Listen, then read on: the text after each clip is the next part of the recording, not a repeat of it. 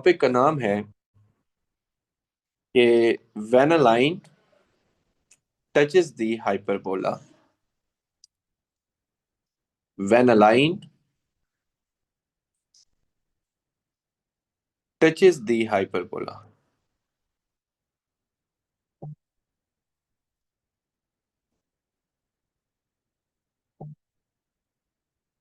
जी बच्चों, क्लियर हो रही है बात आप लोगों को? ये the Yes, name of sir. The Yes, sir.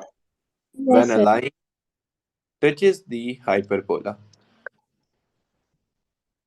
Situation यूं होगी कि आपके पास एक हाइपरबोला है, लेट से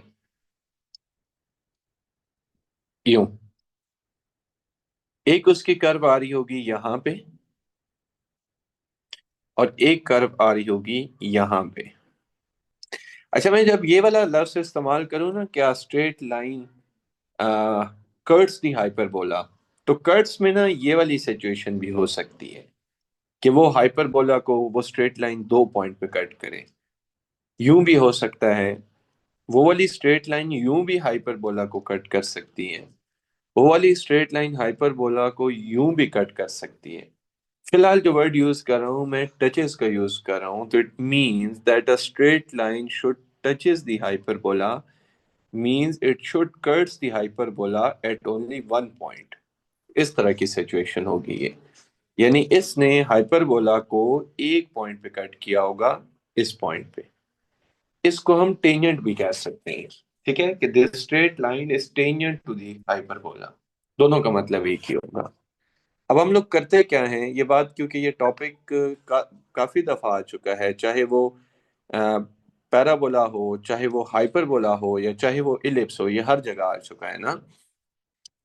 इसमें हम करते ही यूं हैं कि हम दो इक्वेशंस ले लेते हैं। पहली इक्वेशन में ले लूंगा स्ट्रेट लाइन की, which is y is equal to M X plus C. ये है स्ट्रेट लाइन की इक्वेशन। दूसरी इक्वेशन में ले लूंगा हाइपरबोला की, एक्स स्क्र ओवर ए का square minus y square over b का स्क्र इज इक्वल टू कितना, is equal to One. One. तो दिस इज योर हाइपरबोला। ठीक है, लेट मी मेंशन कि इसमें से स्ट्रेट लाइन कौन सी है। So this is your straight line, and let me mention कि इसमें हाइपरबोला कौन सा है। So this is your hyperbola. ठीक होगी बच्चों बात? आप बताइएगा kindly. Yes, sir. Yes, sir. सही।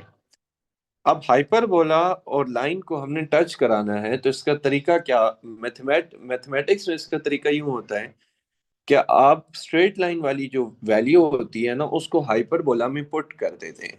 तो पुट कैसे करेंगे?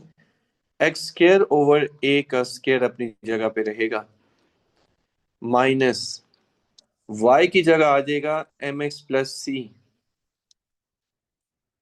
का होल स्क्र। Assalamualaikum, sir. वालेकुम सलाम।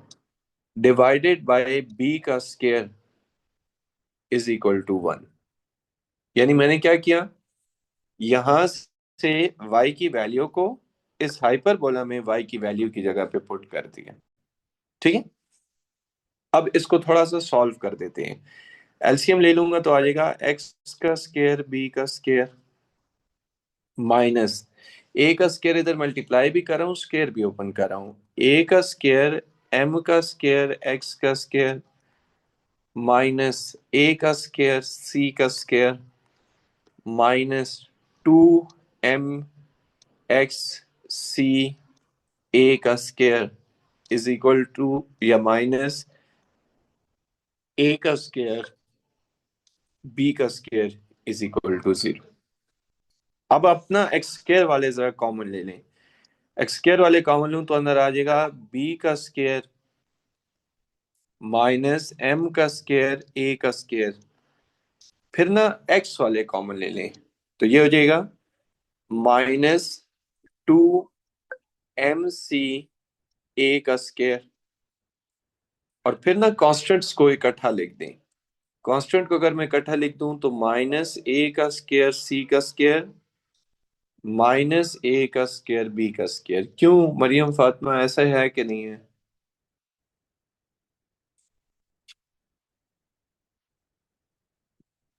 मरियम फातिमा है क्लास में? हेलो।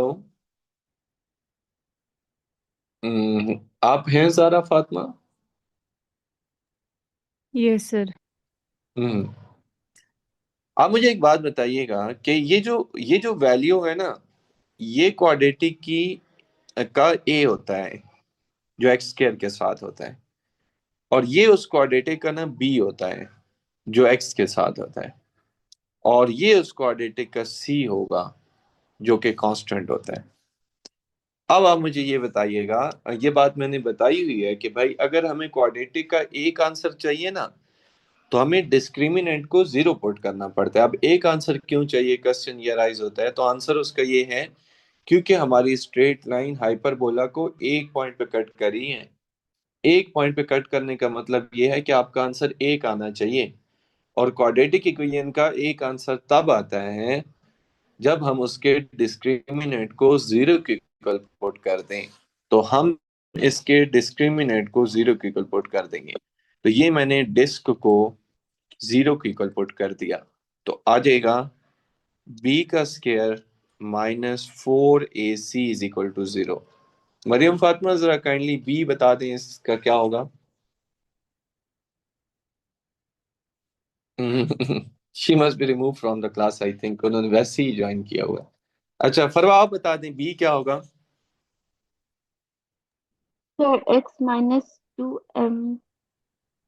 हाँ, ये हो जाएगा -2mc का स्क्वायर। एक्स नहीं आता, वो तो एक्स तो शो कर रहा होता है कि ये बी की वैल्यू है। Yes, sir. माइनस ए क्या होगा जी? बी का B square square minus, minus m square a square. Exactly. और सी क्या होगा जीमा, आप बताएं। -a² c² -a² b²। हाँ जी, -a² c² और -a² बी का स्क्वायर, और इज इक्वल टू जीरो। अब ना हम वो स्क्वायर्स वगैरह ओपन करें, तो ये हो जाएगा 4m का स्क्वायर, फिर हो जाएगा c का स्क्वायर a⁴ माइनस, ये माइनस इधर ही रहने दें, ठीक है। 4 अपनी जगह पे आएगा। अब जरा अंदर मल्टीप्लीकेशन देख लें, b का स्क्वायर a का स्क्वायर c का स्क्वायर नेगेटिव आ जाएगा, माइनस b का स्क्वायर a का स्क्वायर c का स्क्वायर नेगेटिव आ गया। फिर ये उसके साथ जाएगा तो -a² b⁴ हो जाएगा। ठीक हो रही बात बच्चों, यहाँ तक क्लियर है? फिर क्या होगा? Yes, sir. Minus minus plus a⁴ m² c²।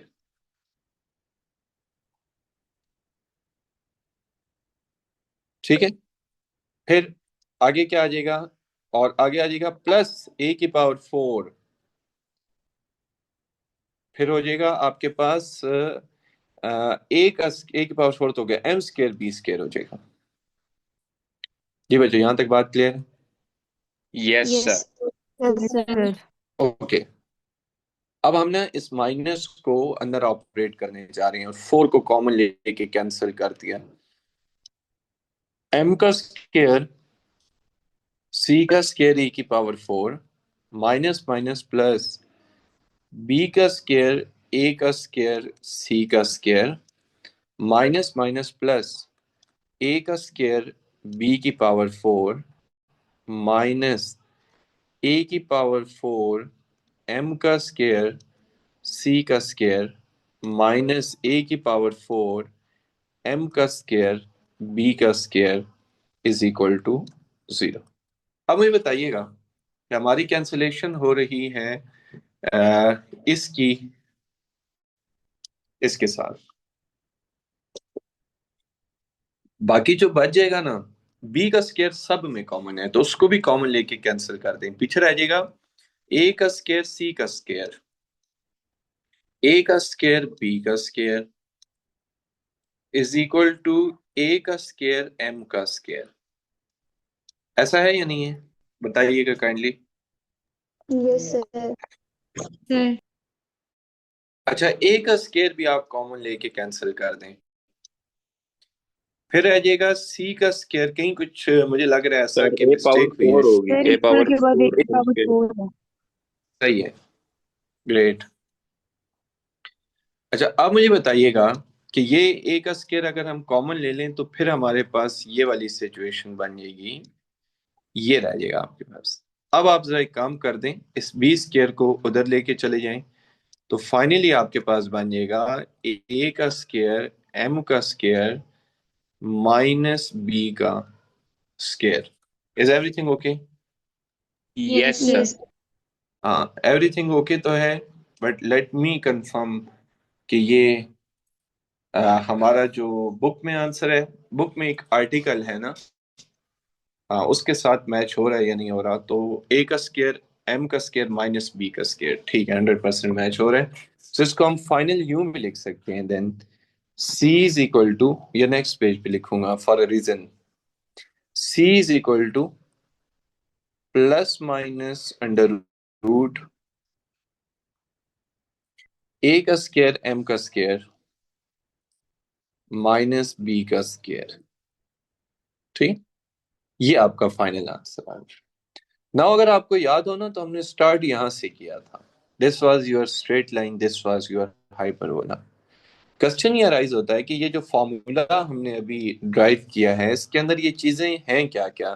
So you need to mention कि जो सी है ना आपका, ये है Y intercept of the straight line. क्या है ये, कोई बच्चा जरा इसको रिपीट कर दे। Y Y intercept. line. हाँ, Y intercept of straight line.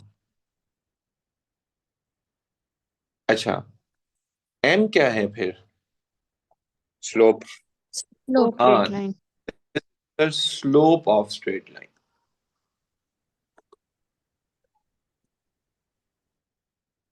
फिर ये क्वेश्चन अराइज होता है कि आपका ए और बी क्या है। सो लेट मी मेंशन कि your b is from hyperbola. कहां से आएगा बच्चों ये? हाइपरबोला। हाइपरबोला से। एंड लेट मी मेंशन कि आपका जो ए होगा ना, ये भी हाइपरबोला से आ रहा होगा। तो ए हो या बी हो, इन दोनों को हम कलेक्टिवली लिख सकते हैं कि ये हाइपरबोला से ही आएंगे। क्लियर हो रही है बात आप लोगों को? Yes Yes, sir. sir. सही। अब ना जरा मैं आपके सामने क्वेश्चन लेके आऊंगा जो कि इतना ज्यादा आसान हो चुका कि एक मिनट। अच्छा अभी से अभी तक लिंक नहीं है ओपन हुआ। सर वो नहीं हो रहा उसे। अच्छा वो उनका एरर पूछना चाहिए कि एरर क्या आ रहा है। चलिए मैंने पूछा है, अभी देखता हूँ क्या रिप्लाई आता है।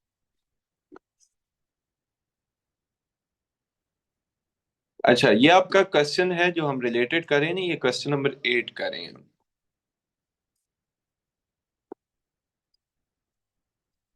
ये नहीं, अब देख लें। Find the value of c such that the straight line touches the hyperbola. Again repeating, straight, find out the value of C such that the straight line touches the hyperbola. अभी जो हमने टॉपिक किया है ना, ये 100% उसी का question है। जरा देखिएगा क्वेश्चन नंबर 8। हम पहले ना फॉर्मूला लिख देंगे जो अभी हमने रिसेंटली ड्राइव किए हैं। तो मैं यहाँ पे लिख दूंगा द फॉर्मूला इज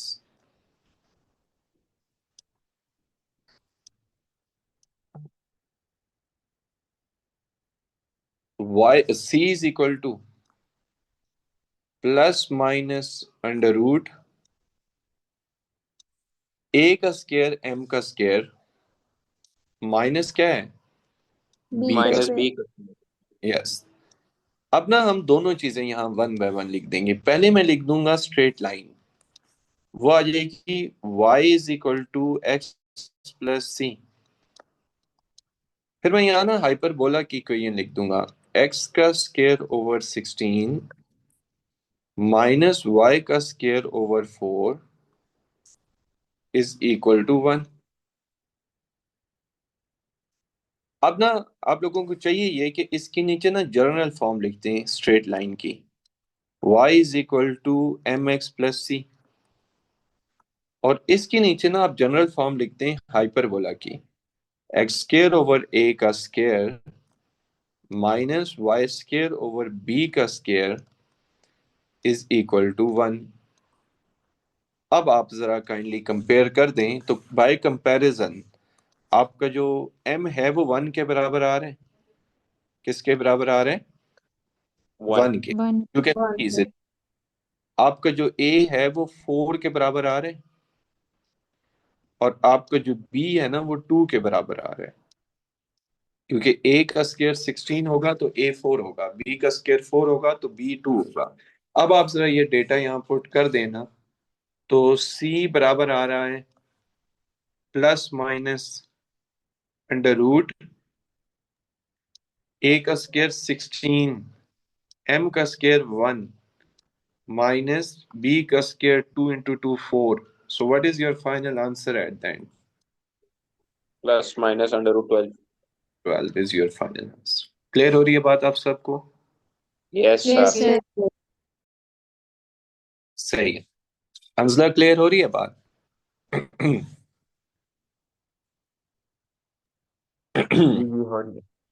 अच्छा, इतना लेट रिप्लाई करना नहीं है बहरहाल आपने। ये आपका ना मेथड 1 आ गया। बाय यूजिंग फॉर्मूला, आपको ये फॉर्मूला याद रखना होगा और फिर आप ये क्वेश्चन कर सकते हैं। अगर फॉर्मूला भूल गया तो आप ये क्वेश्चन नहीं कर सकते। सो एक इसका मेथड 2 भी है। सो लेट मी एक्सप्लेन कि वो मेथड 2 क्या होगा। उसमें हम फॉर्मूला तो यूज ही नहीं करे होंगे, तो आप लोगों को ये टेंशन नहीं है कि फॉर्मूला मुझे याद ना रहा तो क्या होगा। वो यूं होगा बच्चों, आसान है, वो बहुत ज्यादा आसान है। y is equal to X plus C. आप ना इसको उस हाइपरबोला में पुट कर दें, x प्लस सी का होल्स के जिस बेस पे भी हम टॉपिक को करे थे 100% उसी तरह हम क्वेश्चन को भी कर सकते हैं। ओवर 16 माइनस वाई का स्केयर ओवर गलत 4। जगह लगा दिए। दोबारा बताइएगा। वाई की वैल्यू वाई में डालो। अच्छा अच्छा, चले मैं एक और काम कर सकता हूँ। अब जब गलती हो ही गई है तो मैं x की वैल्यू पुट कर देता हूँ ना, y माइनस से। ओके, अब आप जरा इसका एलसीएम 16 ले लें तो 4 ऊपर आ जाएगा, y का स्केयर प्लस c का स्केयर -2y इंटू सी। ठीक हो रही बात? अब ये वाला 16 जो है ये वहां नहीं बल्कि यहाँ नहीं आएगा 4 और वहां 4 आ जाएगा। अब वहां जब हम इस 4 को मल्टीप्लाई करेंगे क्या हो जाएगा? 4y का square is equal to 16। Everything okay? Yes sir. Yes. ये हो आपका -3y का स्केयर, फिर हो जाएगा -2yc, फिर हो जाएगा प्लस c का square -16। Now this is your A for quadratic, this is your B for quadratic, and this is your C for quadratic, and this is your do yourself. Okay? आगे हो जाएगा ना कि आप इसका डिस्क्रिमिनेंट पुट कर देंगे और वहां से C की वैल्यू निकल आएगी जैसे अभी हम कर रहे थे। This was your method number 2। Okay, yes सही है। सर। यस तो ईमान राशिद आपको क्या लगता है पार्ट नंबर बी के हवाले से? Sir D Y S C होगी। हाँ, ऑब्वियस बात है, कुछ चीजें अंडरस्टूड होती हैं ना, जी जी सर। लेकिन कुछ क्योंकि आज न्यू स्टूडेंट हैं तो वो कहेंगे कि शायद अभी सर पार्ट बी कराएंगे। तो हंजला ऐसे नहीं होता, क्या ख्याल है जी? Yes sir. आप लोगों को ना, बल्कि चलिए मैं पहले टॉपिक करा देता हूँ फिर हम क्वेश्चन कर लेते हैं। The topic is which is very very important. कुछ टॉपिक जो है ना वो हर कोनिक में है, सर्कल में भी था, पैराबोला में भी था, इलिप्स में भी था, हाइपरबोला में भी है। जरा देखिएगा टॉपिक का नाम क्या है। Equation of tangent. What is the name of topic? Equation of tangent. Equation of let me right equation of tangent to the hyperbola.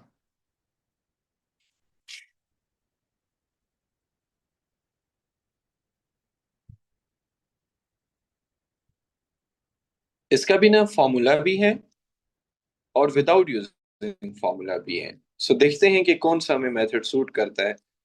जो हमें मेथड, मैं दोनों आपको किराए इस वजह से देता हूँ कि बाज दफा आपको फॉर्मूला नहीं याद रहता, तो ऐसा ना हो कि आप क्वेश्चन ही वहां ना करें। तो विदाउट यूजिंग फॉर्मूला वाला भी एक ऑप्शन हमारे पास रहता है। ये लेट से हमारे पास हाइपरबोला है ना, ये ठीक। अब यहां से ना हम एक स्ट्रेट लाइन ड्रॉ करें यहां से, और वो इस हाइपरबोला को ना एक पॉइंट पे कट करेंगे। यहां उसने कट कर दिया, यहां पे, ठीक है। अब ये जो पॉइंट होगा ना, इसका नाम होता है पॉइंट ऑफ टेंजेंसी। क्या नाम होता है? Anyone who can repeat? Point of Point of tangency. Yes, point of tangency का मतलब ये होता है कि वो वाला पॉइंट जिसके ऊपर हम टेंजेंट ड्रॉ करते हैं।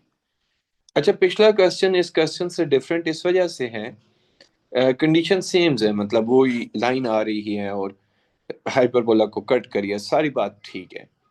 पिछले क्वेश्चन में हम इंटरेस्टेड यूं थे कि ये वाली जो स्ट्रेट लाइन है ये y को कहाँ कट करती है। बेसिकली ये जो c होता है ना, ये y की वैल्यू को फाइंड कर रहे होते हैं हम लोग कि वो y की वैल्यू को कहाँ कट करता है। हमारा कंसर्न ये था। अब हमारा कंसर्न ये है कि ये जो रेड लाइन आ रही है इसकी इक्वेशन क्या है, क्योंकि इक्वेशन ऑफ टेंजेंट का मतलब ये है कि ये जो स्ट्रेट लाइन आ रही है इसकी इक्वेशन क्या होगी। हर एक स्ट्रेट लाइन की इक्वेशन होती है, तो अब हम इक्वेशन फाइंड करना चाह रहे हैं इसकी, ठीक है। तो अब तरीकाकार इसका क्या होगा, let me tell you the method. Method ये होगा कि हम पहले हाइपरबोला ले लेते हैं एक। ये मैंने ना हाइपरबोला ले लिया, और इसके साथ ही ना हम एक पॉइंट ले लेते हैं, और ये मैंने ना पॉइंट ले लिया। क्योंकि हम अभी टॉपिक को डिस्कस कर रहे हैं तो पॉइंट भी ना रैंडम लेंगे, x1 y1। ऐसा नहीं है कि मैं 1 2 ले लूंगा, ऐसा नहीं है, पॉइंट भी हमने रैंडम ले लिया। अब मैं इक्वेशन ऑफ टेंजेंट का ना मुझे तरीकाकार पता है फाइंड करने का। वो इस तरह से फाइंड होता है, वो y-y1 is equal to derivative at the point. आगे क्या होता है फरवा, जरा इसको काइंडली कंप्लीट करवा दें।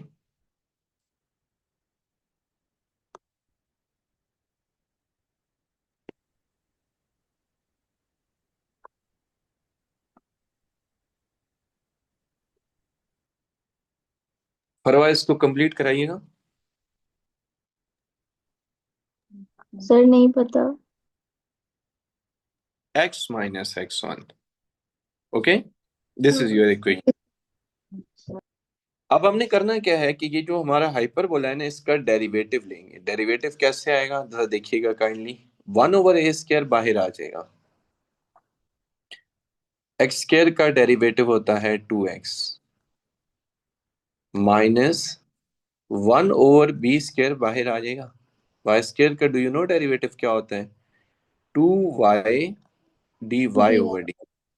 Yes exactly, and is equal to 0। Now ना हम थोड़ा सा डेटा मैनेज कर रहे होंगे, यूं करेंगे कि 2x/a का स्केयर लिख देंगे, और इसको उधर ले जाके लिख देंगे 2y/b का स्केयर, और साथ लिख देंगे dy/dx। अब हमारा 2 से तो कट जाएगा, सो हमारा जो dy/dx बन जाएगा ना, वो क्या बन जाएगा? कैन यू रिपीट बच्चों? सिंपल बन जाएगा ना, xb का स्केयर डिवाइडेड बाय y का स्केयर। ऐसा है या नहीं है, बता दें। Yes, sir. सही। अब हम ना इस डेरिवेटिव में पॉइंट पुट करने लगे। सो पॉइंट है हमारा x1 y1, तो ये हमने ना इसमें पॉइंट पुट कर दिया।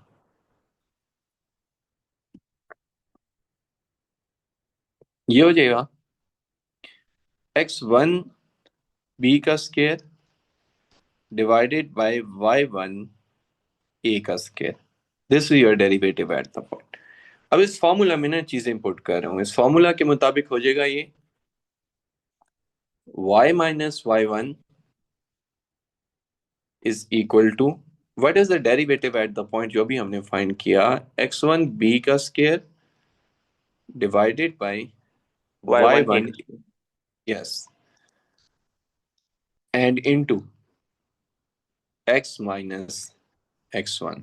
अब जरा इसको ना रीअरेंज कर दें, इसको वहां मल्टीप्लाई कर दें, y1 और b स्केयर को ना मैं इसके नीचे डिवाइड कर रहा हूँ फॉर अ रीजन। देखिएगा, माइनस ये y1 उधर चला जाएगा, y1 का स्केयर, वो b का स्केयर डिवाइड हो जाएगा इसके नीचे, ये आ जाएगा, इज इक्वल टू, ये x1 से मल्टीप्लाई हो जाएगा, नीचे आ जाएगा a का स्केयर, फिर ये वाला x1 इस x1 से मल्टीप्लाई हो जाएगा और नीचे इसके क्या आ जाएगा, a का स्केयर। क्लियर है बात आप लोगों को यहाँ तक? yes sir Yes, sir. Okay. अब हो यूं जाएगा कि y/1 अपनी जगह पे रहेगा, डिवाइडेड बाय b का स्केयर हो जाएगा, या एक और काम हम कर सकते हैं, माइनस x(x1), हाँ, x(x1) अपनी जगह पे रहेगा, डिवाइडेड बाय a का स्केयर हो जाएगा। इसको ना उधर ले जाएं, इस टर्म को उधर ले जाएं तो ये हो जाएगा y/1 डिवाइडेड बाय b का स्केयर। अच्छा, इसको इधर ले आए, इस x1 स्केयर वाले टर्म को। अच्छा, आप कहें सर ये आपको पता कैसे चल रहा है, जरा देखिएगा मुझे कैसे पता चल रहा है किसको किधर लेके जाना है। और ये हो जाएगा, ये इधर ही अपनी जगह पे रहेगा। इसको ना यहां तक आप मार्क कर दें इक्वेशन नंबर 1। अभी ये क्वेश्चन कंप्लीट नहीं हुआ। आप मुझे एक बात बताइएगा कि ये जो मैं आपको कह नहीं रहा था स्टार्ट में कि ये पॉइंट ऑफ टेंजेंसी होता है, तो ये x1 y1 होगा, this is the common point of hyperbola and the straight line.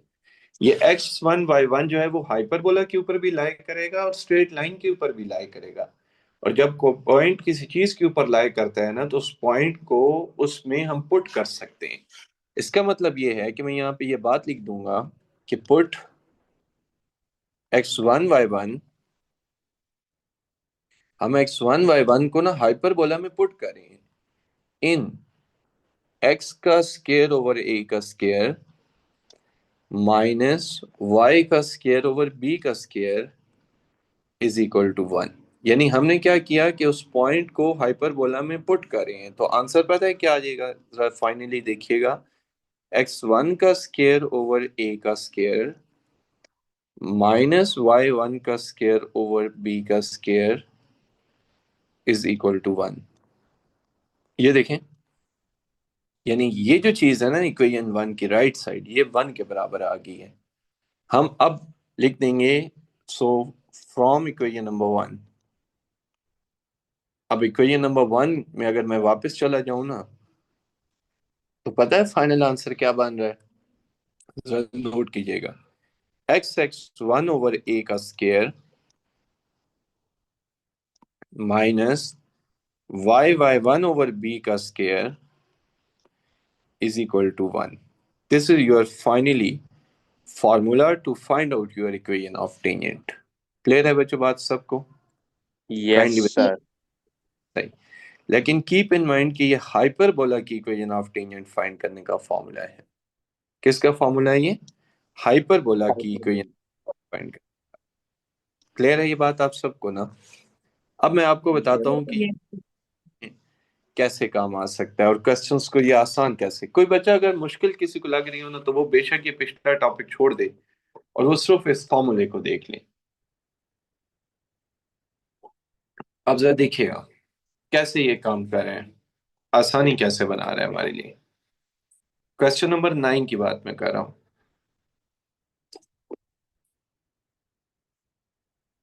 वो ये कह रहे हैं कि आप इस पॉइंट पे ना इस हाइपरबोला की इक्वेशन ऑफ टेंजेंट फाइंड कर दें। उन्होंने नॉर्मल भी कहा है, बट नॉर्मल आज का टॉपिक नहीं है। तो देखिएगा क्वेश्चन नंबर 9 आप लिख देंगे, द फॉर्मूला इज